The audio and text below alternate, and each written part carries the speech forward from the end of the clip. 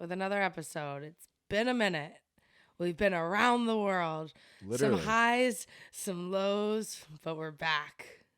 We're back. So today's kind of like our first day back on Long Island.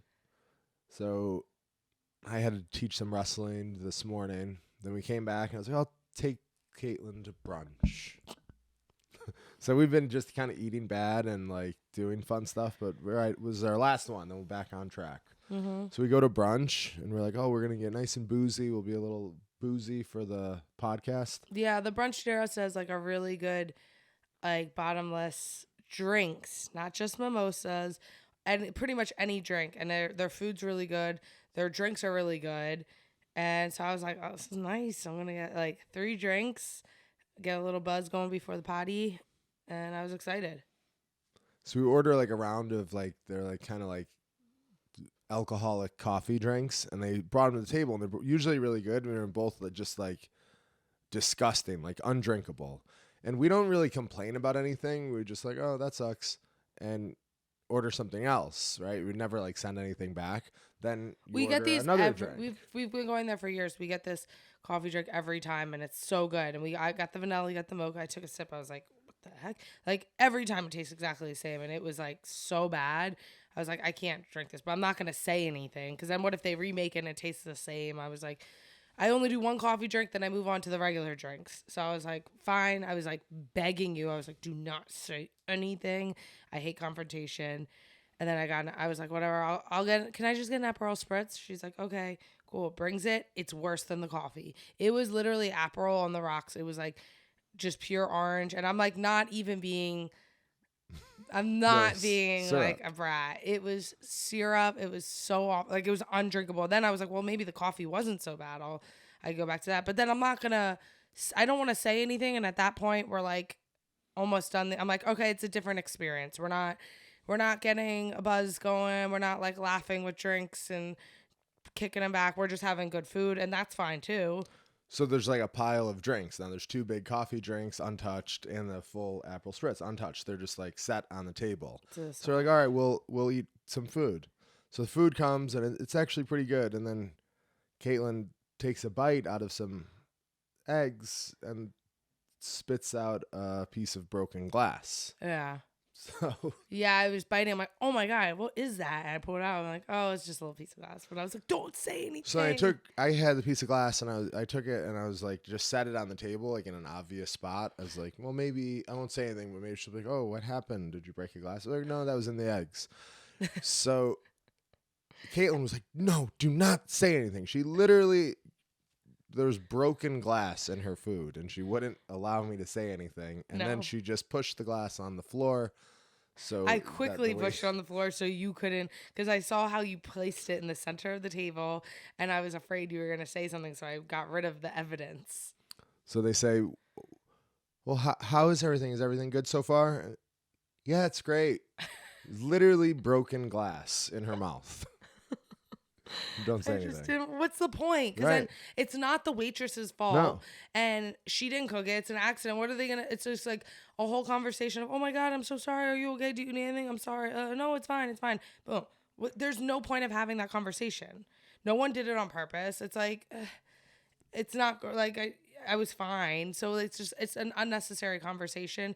And I feel bad for the waitress because it's not her fault, but then she's the one on the front line. She didn't make the drinks. She didn't cook the food. And she's like, it's uncomfortable for her. But at what point would you say something? Let's say you you're cut into your omelet. Underneath the first bite is like a scabby Band-Aid. Well, I would say something. Then you would say something? Yeah. But broken glass, no. Well, it wasn't like there was 1 piece of broken glass and I got it out and then I guess I just like, there was no more. So only 1 piece. But it was only 1 scabby Band-Aid. Yeah, no, I can't do this. Scabby Band-Aid. The glass doesn't gross me Maybe you out. just wouldn't eat it, but you probably wouldn't say anything. No, I would say something about you Band-Aid, would? yeah. Okay, what about like a syringe? Yeah, any like, it's so funny as I was to say, any foreign object. I'm saying something unless it's like a little piece of broken glass. So a Even if they syringe, handed me the whole Band-Aid. wrong entree, but it still was like something good, I would probably just be like, Yeah, fuck yeah. it, I'll just eat it. But if it's something like I'm like, oh no, I hate that, and I would be like, all right, this isn't what I ordered. I'm so sorry. I'm so sorry. Like, if not, I can just eat it or whatever. It's fine. Or you don't have to take it off the bill. Just can I also have? You could charge me for 2 entrees. Just Yeah. give me what I want. Yeah. Now, why do you think you're so? Why are you like that? One. I'm like that too, but No, you're why? not. Yes, I Not am. like I don't me. say. You I don't wouldn't say anything, but you would have been like. I would have passively You would aggressive have said, passively aggressive said something. "Oh, the food's great, but the drinks are really bad," or something to be like, Yeah. or not even say that. I would have said like, when they clear their area, I'd be like, "Oh, you could take the drinks too." Be like, you sure you didn't even drink them? Be like, well, yeah, we didn't care for them. Yeah, but to me, I'm like, You wouldn't even say that. I want them to say like, oh, was something wrong with the drinks? And I'm like, no, they're so good. Oh, they're really good.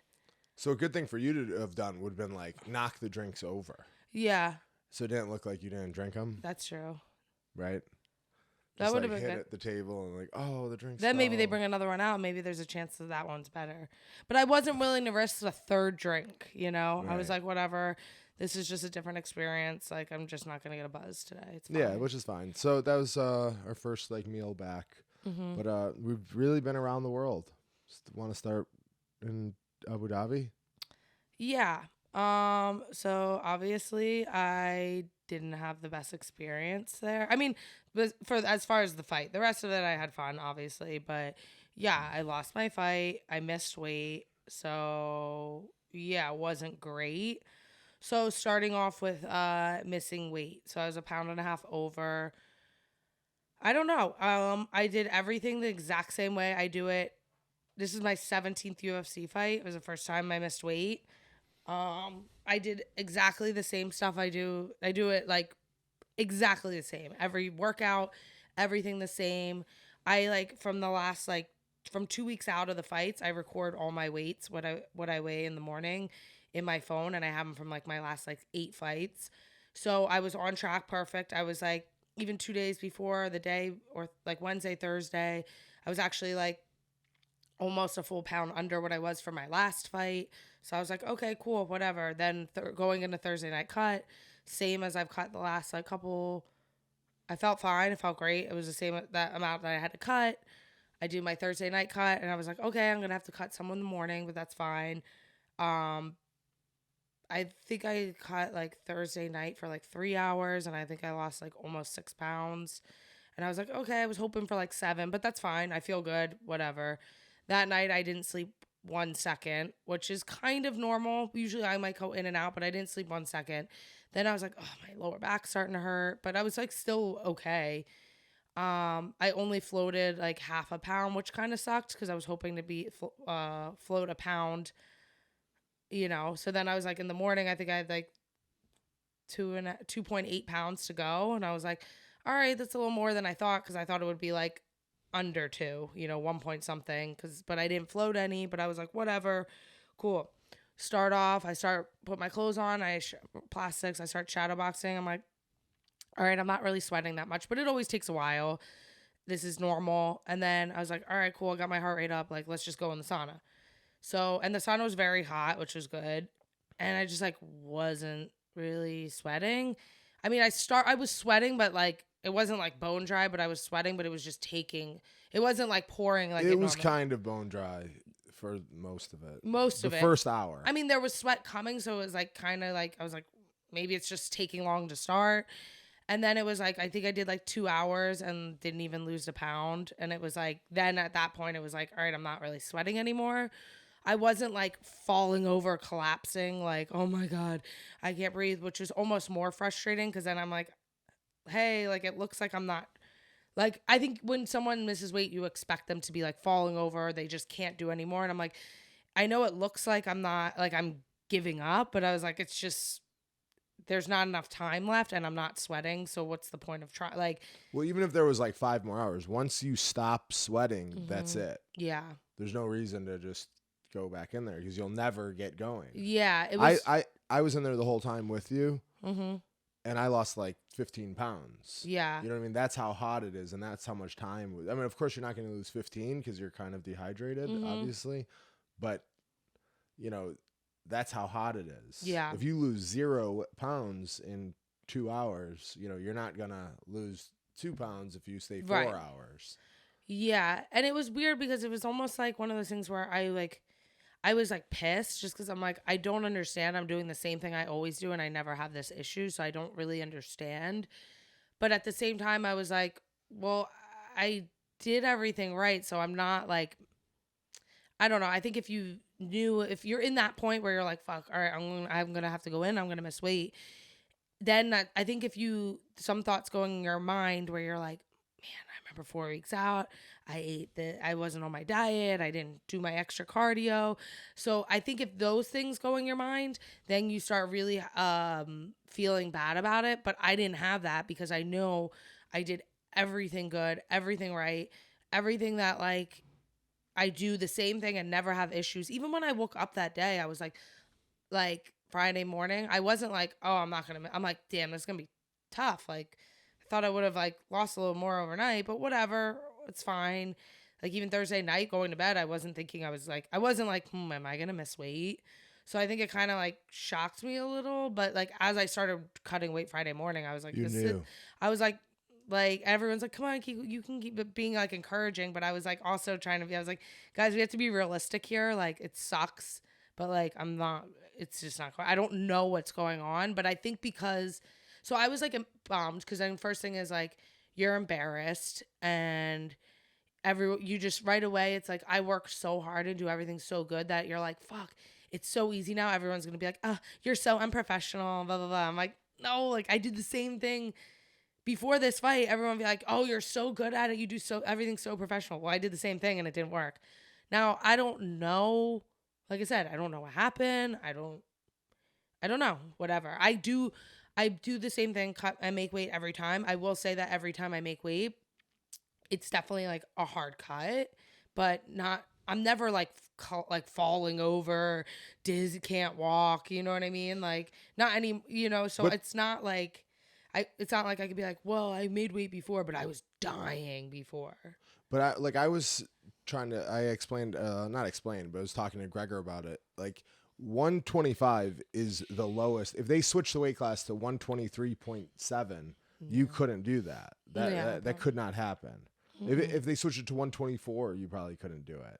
I mean, like it is the bare I was 24.5 for Valentina fight, but it's 24 though. Like it's the bare minimum. Yeah, no, I think it definitely it's as low as you could possibly go. So the margin of like air is like none, and there was no air. It was just maybe the travel because you lose a half a day, kind of, or lose almost like a full day. Yeah, like when you basically lose a full day. So I left like Sunday morning, but I get there Sunday night, and then like.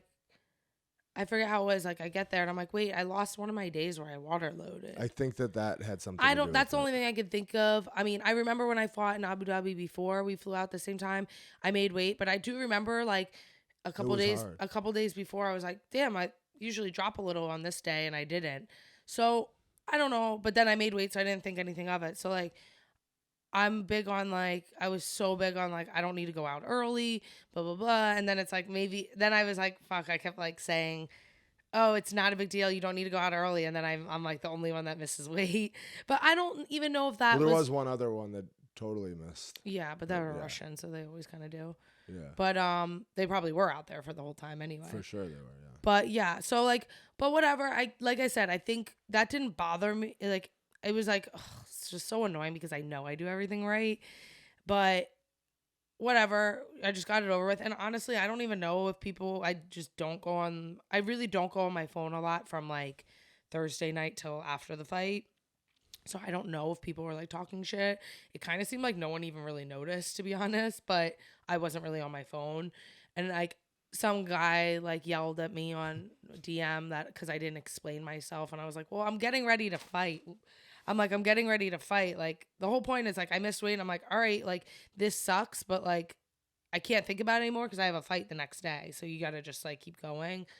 But, yeah. I mean, that's the whole, like, I don't even, like, I don't know. That's the whole weight thing. I just feel like Yeah. I feel like It's not even interesting. it's not even interesting. Like that's really all it is, and like it sucks because like before I could say like, oh, I've never missed weight there, but then you know you can't. But like I don't know, whatever.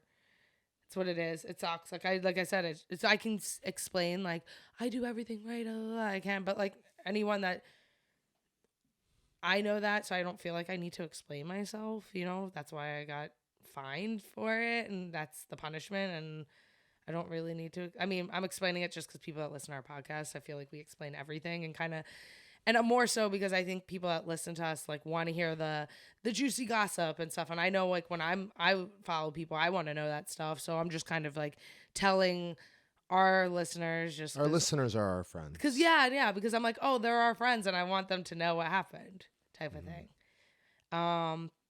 But yeah, that was it. And then the fight, I felt really good. It was funny, like the day of the fight and after weigh-ins, like, you know, I think when people miss weight, you think like, oh, you're gonna feel bad. cut, And I was bad like, cut. honestly, I feel really good. I feel stronger than normal. My morning shakeout, I felt really, really good. My warm up for the fight, I felt super on point. And then like the fight, it was just kind of weird. I don't think I fought like my best, but I don't know. It was like kind of weird. Like the only part I like regret is I was like, fuck, I should have changed up what I was doing.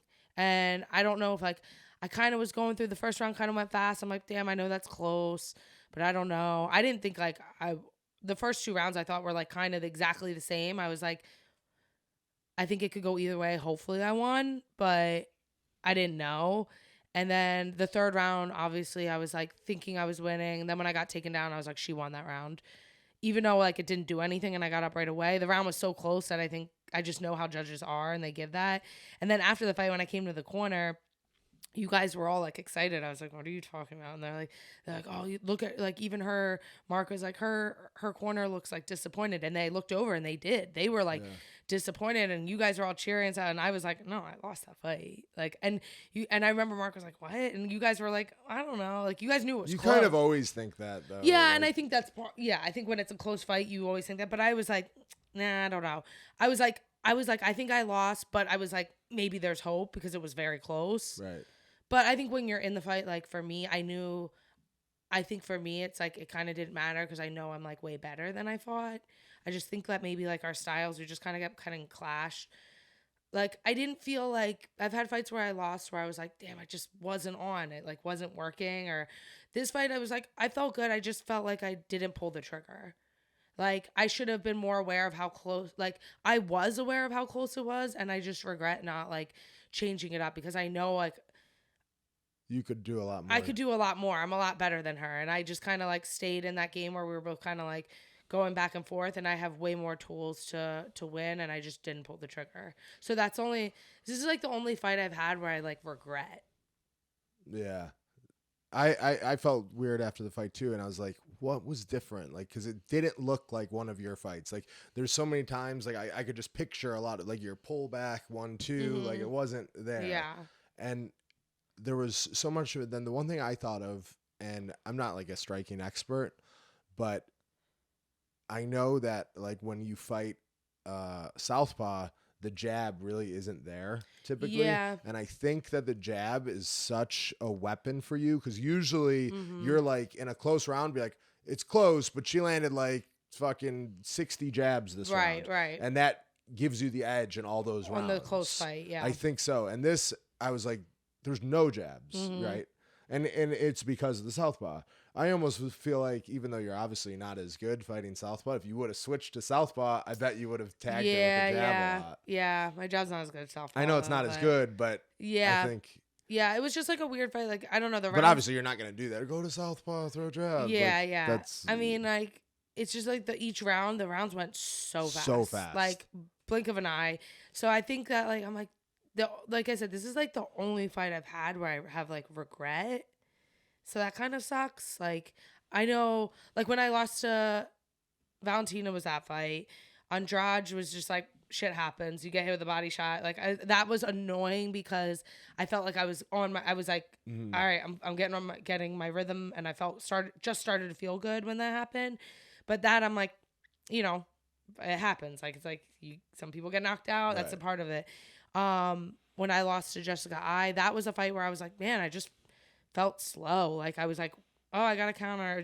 That was the only fight I had where I didn't feel like, Physically. yeah, I was like, I felt good in the war, and I was just like slow. Like, I was telling myself to throw 4 punches and I couldn't do it, but I wasn't tired. It was like, that was the only fight like that. This is the only one where I was like, damn, it just went so fast. And I just regret not, not switching things up and using my other tools. I think I almost just kind of got like stuck in the just us going back and forth type of thing. Yeah. But, you know, I think it sucks losing, but like, I've watched so much UFC and like I'm such a fan that I'm like, well, that's just part of it. If you fight all the time and you fight especially at the top, like, you know, 2 people, 1 person has to lose. Like, Right. you know what I mean? I'm like not that bummed out because I didn't get like right after the fight. You're like, I wish I would have just got fucked up, and like I wish she would have just schooled me, and I'd be like, damn, she was so just better than me. And then but then like obviously that's your first reaction, and you don't, but like then it's annoying because I'm like, damn, like. It's weird to say because she beat me, and I'm like, she's not even that good. Like, she felt scared. Like, I felt like she was scared. She was, like, intimidated. I could feel that, and I can't always feel that type of stuff and things.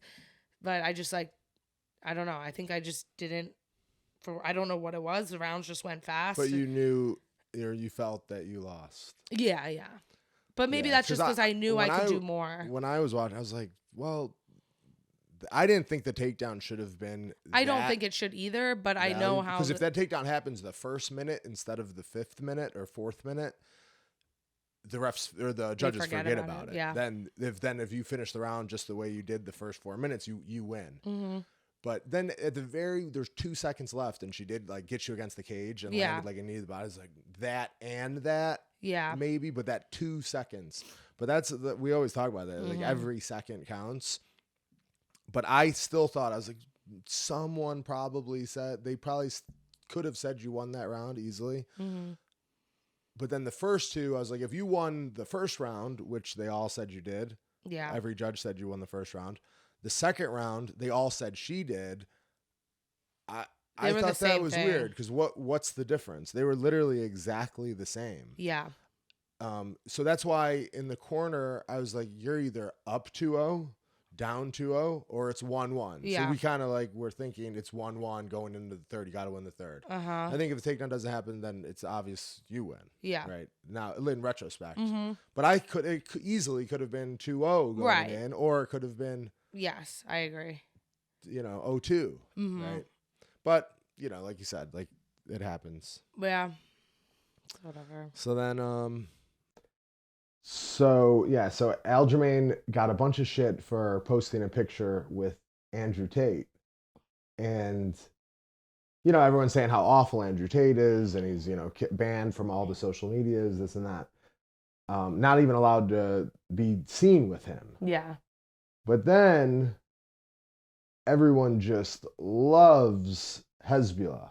Yeah. They think it's like the cutest thing and like the funniest thing. But Andrew Tate is mostly demonized for things he says about women. Mm-hmm. So he's like, anti-feminist. So he's the worst person ever. Yeah. Hezbollah and all of the other Dagestanis hate women. Mm-hmm. And people, well, no, Hezbollah doesn't hate women. He's a cute little guy. You went up to him and very, cautiously, while he was by himself or with his, handlers, said, "Can I get a picture?" And he looked with disgust and said, "Women, no photo." Mm-hmm. And that's it. Women, no photo. You're not allowed to take a picture with him. Yes. So this is like, so let me break it down. When Aljo posted a picture with Andrew Tate, I commented the flame emojis.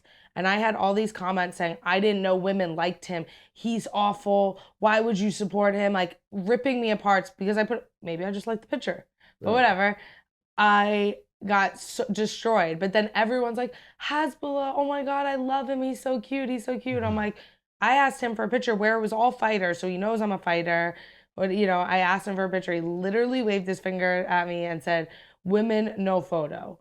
And even you know, that's who everyone praises Khabib and everyone else. And I love them as fighters, but like, and I respect that that's their culture, but I just, Yeah, of course. He the he hip doesn't hop, have to take a picture with you. He's no, absolutely does not have to. right. And I think that's fine then. But it's just funny how, like, people, I don't know, it's just weird. I'm like, how can you get so mad because I put a flame emoji there? But then, like, everyone's obsessed with this guy, but he, I mean, that seems more like disrespectful to women than Andrew Tate saying he thinks women should be like protected. Right.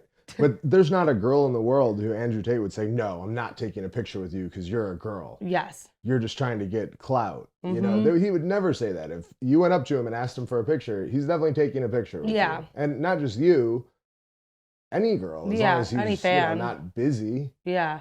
right? Yeah. It's just funny how, you know. It just doesn't make sense to me. I had such a hard time understanding that. So, Yes. not a great experience with Hezbollah. No. But we did have a good experience with the Liver King. He is the nicest person ever. Such a nice guy. And he messaged you before the fight. Yeah. Saying he wanted to meet you. Yeah. Before the fight, he said him and his family were going to be at the fights. They were excited to see me fight, and hopefully they get to meet me. They were at weigh-ins, so I went up. I met him and his wife, and I just think they're so cool. Like, they were so nice. The wife was so sweet. So sweet. I think it's super cool that she's got like 2 kids. She's 50 and she's like completely shredded and works out all the time. And I was like, oh, I love your workout videos. And he was like, I told her she should post more. And I was like, yeah, they're really, she was like, oh my God, that's so cool that you like watch them and stuff. They were just super nice. And yeah. Yeah, super nice. And, you know, he's taking pictures with everyone, and it's just so crazy how much he's blown up, and everyone goes up to him for pictures. Yeah. Well, it's such really crazy. You know, I think the whole look is even better for a picture. Right. Yeah. So yeah, it was cool just seeing, and then the Nelk Boys and Steve will do all those people. It was like you were in your Instagram algorithm. Yes. But everyone's super cool except for Hezbollah. Yeah, pretty much. Yeah. But yeah, so like that was my experience. I just think it's just annoying. Like I said, I understand it's their culture and that's fine, but like going out of the way to be disrespectful and rude is like when you're in a hotel with the tension of a fight and you're like, hey, I have like the biggest fight of my life, and not by any means saying this affected me at all, but it's just annoying. It actually annoyed me more after the fight. Then I'm going back and thinking about it, but like, you know, if it's that much of an issue, then they should have a separate room for the women. You know what's interesting is that your opponent didn't stay at that hotel. Mm-hmm. I wonder if that was because... No, I think it's just her, because she had the same manager as Sean Brady. I think they just... And he didn't stay there. Yeah, I think they just had to hook up at another hotel. Right. But yeah, it's like, I think from now on, like if I was on a card overseas...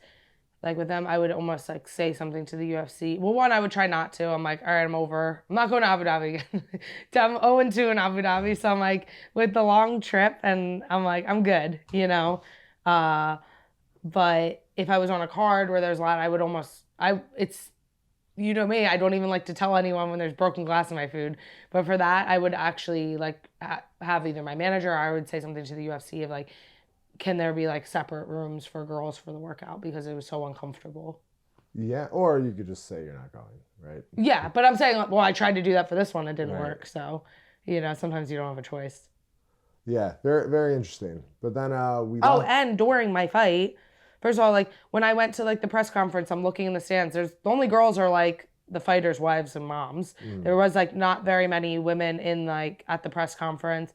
And then during our fight, mid-fight, like the whole crowd was booing. I don't know if that picked up on yeah, I'm sure. Because I didn't watch the fight. I don't know if I'll probably watch the fight in like 3 years, but I don't want to watch the fight now. But they started booing, and I remember in the middle of the fight, like we were both going. I'm not saying like, oh my gosh, it was like the most exciting fight, but we were both throwing the whole time. So we weren't like, it wasn't like, oh, we're on the ground or on the cage. So I was like, and I remember in the middle of the fight being like, God damn, I'm like, they're booing us because they don't want to see the women fight. And that's not me exaggerating. Would you think that that's why they were booing? Yes. And I was like that's, I was just, like, not that it didn't affect me in the fight, but I obviously thought of it. But I'm like, I'm so over this place. Like, then after the fight, we were in Abu Dhabi after the fight. Next morning, we go to Dubai for 2 days. Totally different experience. I think when we got away from, not saying that Abu Dhabi, but away from all the people, the UFC fighting groupies and all that, all the people in the, in the hotel, totally different experience. Like Dubai, Beautiful people. I could wear a tank top, nothing. Everything was so gorgeous. Like, it was insane. I had high expectations for it, but it definitely was like way more than I could have imagined. Yeah, I agree. But Dubai is just such a sick city, so beautiful, so cool. Really cool good. is like the best way to explain Yeah, it. just it feels cool. We went and we did everything you can do in 2 days. We were only in Dubai for 2 days, so we were like, all right, gotta jam pack it in, and we did. Because after the fight, we get back to the hotel, we go eat with like Sarge and Mark, whatever. Then I'm like, I have adrenaline, I'm bombed out. I couldn't sleep. And then I was like, until the taxi came. Yeah, I think I slept 20 minutes before our taxi came to take us to Dubai. So I had no sleep. I think we slept in the taxi there, checked in our hotel. Then we're like, all right, we got 2 days, let's go. So right from there, we went to the Gold Souk, which is like the old Dubai, which it's just a million stores that sell gold. That was cool. We kind of did like street food there. Then we came back, did like a little hotel pool club scene. Then we went to Nobu in the Atlantis, which was like sick. I've never been there. That was like the whole like, fine dining, like high-end sushi experience. We did like the chef tasting menu. It was so cool, like especially for us, we're such foodies. It was like such, not just only was the food insane, but like the experience. Yeah, 2 separate 7-course tasting menus, so it was 14 different items. I started off taking a picture of everyone, and then I only got like a quarter of the way through. So we did all that, and then the next day we did like breakfast, and then I had the whole excursion thing planned out. So they took us, we did 4-wheeling in the desert. Then we did like the snow. I posted on my story like the sandboarding, like on a snowboard in the desert, which was super cool. Kyle got stuck on the 4-wheelers like 2 or 3 times because he was too big. Well, and I think I'm just not good at. I'm like petrified. Well, like, I didn't realize that you're such a good 4-wheeler. I didn't realize that you were so scared. I'm petrified. I was scared out of my mind the whole time. You were going so slow, and the guy. So we're going. There's like a tour guide, and then there was maybe I was on one, Kyle was on one. There was like a couple on one, and some other guy. I've never been on one. I didn't know that. And then the guy, we're just all going in a line, like following the guy, and Kyle got stuck. And then I realized why you kept getting stuck, because on the hills you weren't going fast enough, and then you were going slow. The guide said, "Oh, if you get stuck, this is what you do." So obviously it's a thing. Then they had to give you a faster 4-wheeler because you kept getting stuck. Yeah. But then I realized I was behind you, and the guy kept saying, he's like, "We have to stay 5 meters apart. You guys are not too much space in between." And I'm like, "Yeah, but I'm behind Kyle." Kyle's going so slow. I almost like ran into you, and I was scared. like, and I wasn't like ripping it, but I was like, you were a very cautious rider. Scared. You were scared to go fast. Yeah. I mean, you weren't going like crazy fast. Oh, yeah, it was scary for me. The guy kept yelling at me, and then the guy behind me, and you like, "You guys gotta stay up, stay close." And me and the guy behind me were like, "We can't, like, the big guy is going too slow." Sorry. It's okay. But we did that. Then we went to a market where they had like amazing barbecue. I got my henna tattoo, which I'm obsessed with. I want my whole body done in henna. Yeah. I think it's so cool. Yeah, they did like a show, hookah. Food was amazing. Yeah, it was. Yeah, and then we came back. And then we went upstate New York.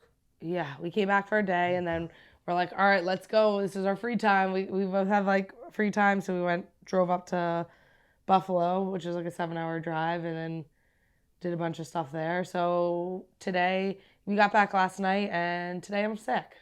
Yeah. Well, you kind of knew that was coming, right? Yeah. I'm surprised it took this long for me to get sick. Yeah. I mean, I'm like, okay. I'm just like sore throat, runny nose, like head cold. I'm not like... Right. But yeah, I'm run down, to say the least. It's been a lot packed in there. A lot of miles. A lot of miles. Abu Dhabi, Dubai, Buffalo. Mm-hmm. It's pretty random. Yeah, interesting mix. But yeah, obviously, like, the fight sucks. But, oh, and then something I want to talk about, how, like, I feel like I have to talk about it because everyone like made such a big deal about my post after the fight. I posted it like way after too, like not way after, like a couple like hours after. It wasn't meant to be like a big deal. Like after I posted it and the response I got, I was like, so I basically made a post saying something like, oh, I thought my phone was broken or wasn't working because like I checked my phone like later. We get back to the hotel, go to eat, and I have my phone. And mind you, it's like late there, but it's in the afternoon here. And it was just crazy because usually after a fight, and even when I've had fights where I've lost, my phone blows up. And then it's almost like it's hard to reach back to everyone, whether it's text messages or Instagram messages. First of all, shout out to Zane, was the first person to text me, which I thought was super cute. But like, I had like 4 people text me, and like one of them was annoying. It was like this one person that was like, close fight, that takedown was what won her the round. No shit. Yeah. Like, I don't know. It's different if we're like sitting down having a conversation, or it's like someone I'm like insanely close with, like if it's my parents or, or like a really close teammate or someone, even like a coach. But like for someone random to just be like, oh, it's like 30 seconds after the fight, you text a person why they lost. Right. Whatever. But at least I guess they messaged me. I don't know. But it's just weird how I don't expect everyone to message me, but like I was just like, whoa, this isn't like, I wasn't expecting like 1,000 messages, but I was expecting the people that I talk to on like a daily or weekly basis. I was expecting them to, because I understand some people say, hey, when someone loses, it's uncomfortable. I don't know what to say. Yeah. And I think that's a big part of it. I think that is a big part of it. But like, I think when you're close with this, when you are at a certain level of comfortability with someone and closeness with someone, that kind of goes away. Like, you know what I mean? If it's like a distant training partner, someone I see, an acquaintance, I get it. It could be uncomfortable. First of all, it's not like I got knocked out. It was a close fight. So like all you have to say was like, damn, close fight. That sucks, but you did good. Boom. Right. It's not like I got like fucked up and you're like, damn, I don't know what to say. But I didn't care. Then when I made the post, I think it came across like, oh my God, no one's messaging me. And that wasn't it at all. I was just like... Just pointing out the fact. I was just pointing out the reality. I was like, damn, it's crazy. Like, usually your phone blows up. I was like, I mean, you've seen athletes post this before. But I'm like, when you lose, it's like... I was more so not expecting like a million messages, but like people that I'm insanely close with, not even being like, you good? Hey, like ghost, nothing. Where I have to reach out. I'm like, oh, so I'm reaching out for them. Hey, what's going on? Yeah. What are you doing? Oh, nothing. I just fought. Like, I don't know too. And people, I think in my life, I downplay like what I do a lot. So then I do that and that's my own choice. And then I think maybe that was like the result of that, or people like, I fight all the time. I'm like, when I talk to like friends or family and they're like, what's going on? I'm like, oh, nothing. And it's like 2 weeks out from like the biggest fight card of the year. And I'm like, nothing, same old, which it is. Yeah. So then maybe then it's weird that I was, I almost put that energy out there. So then, I fight all the time. It's not like a big deal anymore. Yeah, maybe. I remember when I was at the Olympic Training Center when I was wrestling, mm-hmm. Terry Brands used to say this a lot. He's the coach at the time, my coach. And he would say, people always say it's lonely at the top. Mm-hmm. He's like, that is the most not true thing ever. He's like, at the top, you'll never have more friends. Mm-hmm. You'll never have more supporters.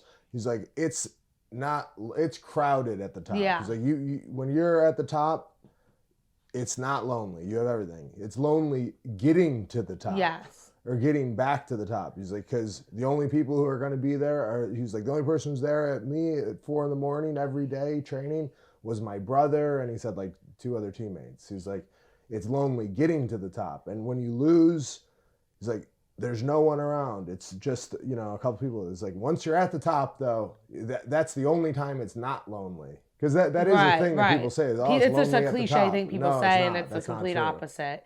Yeah, it's just weird that, like, I think, like, losing sucks, but then that stuff, I was like, damn, like, some people that I'm like, I'm really close with them. Like, it like really hurt me. And maybe I was like emotional because I had lost and that was it. But I was like, fuck, I don't mean to hold a grudge, but like that's something I'm not gonna like forget. Like it's something I'm gonna have to get over at some point. But I was kind of like, damn. But the one good thing that came out of it is then people that did message me or reach out, or just in general, it made me realize I'm like, certain people, I'm like, wow, like that I appreciated that more. Sure. You know what I mean? Like some people I reached out, I even had some friends that I messaged and I was like, hey, listen, like not to be a dramatic, but I was like, a lot of people didn't reach out. You always have. Thank you. You know, whatever. Not to get like super emotional about it, but the good thing that came out of it was that like you see some people like when someone does something bad, you just like magnify, but when someone does something good, you don't really realize it. Yeah. So I think the best thing in this situation for me was to like realize like, wow, who was there for me and who is, and I kind of appreciate them a little bit more. Yeah. Rather than focusing on like, oh, this person didn't reach out. That's always what you should do is Yeah. focus on the Well, it's like positive. when people talk about trolls and stuff, like you don't, a million people say congrats and you don't respond to them, but one person says like you suck and you respond to that person. It's just Right. like, you know, but whatever. Yeah. But like I said, and then it was like uncomfortable because I made the post and I wasn't trying to be like, oh my God, no one messaged me. Because then it's like uncomfortable. Then people are like, hey, are you mad at me? I'm sorry. I'm like, no, it's not that. I was like, whatever. It was just like, I think because I don't post a lot about like real stuff. I just kind of post. Well, that was annoying because when you did post that, then even I was getting like messages from people like, hey, just so I know, like, dude, it wasn't for you, man. She's not. They don't even know who you are. No, it's not that. Like, I appreciate. It's like one of those things like you say, no one reaches out, and then they do, and it's like, well, you're only reaching out because you saw that. But it was like, then like I almost wish I didn't because so many people were like, are you mad at me? But I'm like, no, it's fine. I think most of the time on social media, I don't really post like real stuff.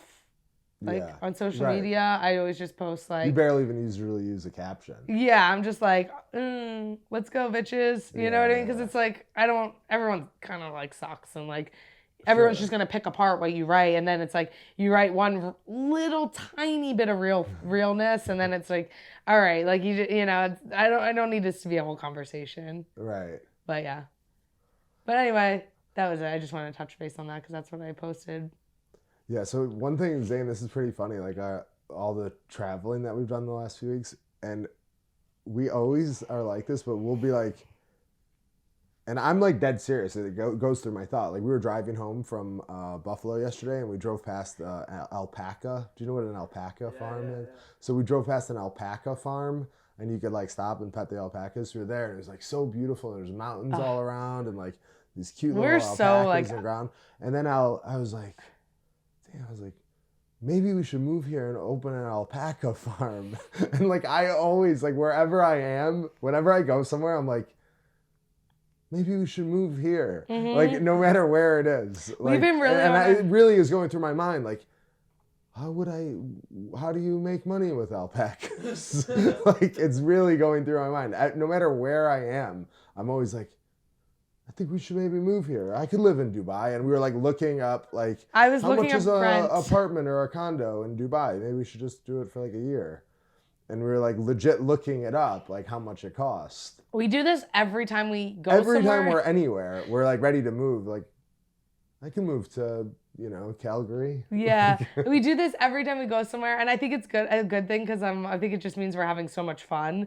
And like we just like love it. We're like immersed in it. But I would say like the past year, we're definitely like, wait, should we move? Where? I don't know. I can move anywhere. And like, what about here? Like when we were at your parents' in the middle like of nowhere. Yeah. Like, and I was like, wow, this is so beautiful. I mean, we're there in the fall, so like the leaves are so beautiful. And I was like, this is so beautiful. I'm like, maybe we should like live here, like maybe a little bit closer to like downtown Buffalo. So it's like, you could go to comedy shows and do like restaurants and stuff, or even like Tennessee or something. I'm like, where you could be close to Nashville, like, you know what I mean? I was like, I would want to be a little close to a city, but I was like, fuck it, we should just move somewhere there. And like, then we like go through it. We go on Zillow. We like, I'm like looking up the school districts, and we Yeah. go through it all. And then it's just crazy. We're like literally in the last like week, we're in Dubai, and I'm like, why don't we just fucking move here? Like, Yeah. it's pretty cool. Like everyone seems nice. It's clean. I was thinking you knew the guy at UFC gym. You could probably get like a job. Yeah. Yeah. I know a couple Armenians that live Yeah. there that would like help me out. Yeah, I like think that. And then literally 2 days later, we're in Buffalo, and I'm like, maybe we should just move here. And open an alpaca farm. Yeah, I think that I don't know if that's like a good thing that we could live anywhere, or if that's like, does that mean like we're not? It doesn't mean we're not happy because then when Well, we're no, because then home, part of it's then I'm always like, yeah. The only thing is there's no beach and there's no water. Like I need a boat and I need a beach. That's really like. and we're not sold on the lake vibes. No. I don't like. Like all our friends in Austin, and we're like, yeah, but there's no beach, and they're like, yeah, but lake so and so. I'm like, fuck out of here. I'm not a lake girl. I guess we could live somewhere other like June to October. Live here. But. Yeah. What do you got, Zane? You got anything? No, I mean the microphone isn't even working. I can't even give you anything. All right. Right. Anything else? No. All right. Well, I think that's good for now. We had this is kind of like a recap episode. We'll have. It was a little late, but we were been all over the place. Yeah, so we had exactly. Sorry we missed. We were like, oh, what are we gonna talk about? We list all the stuff. I'm like, wait, I have to talk about the fight, and like, so we got that out of the way, and yeah, we'll be back on our normal routine, and yeah, try to have a guest next week. But, yeah. Thanks for listening. Sorry we missed an episode. Love you guys. Bye. Bye.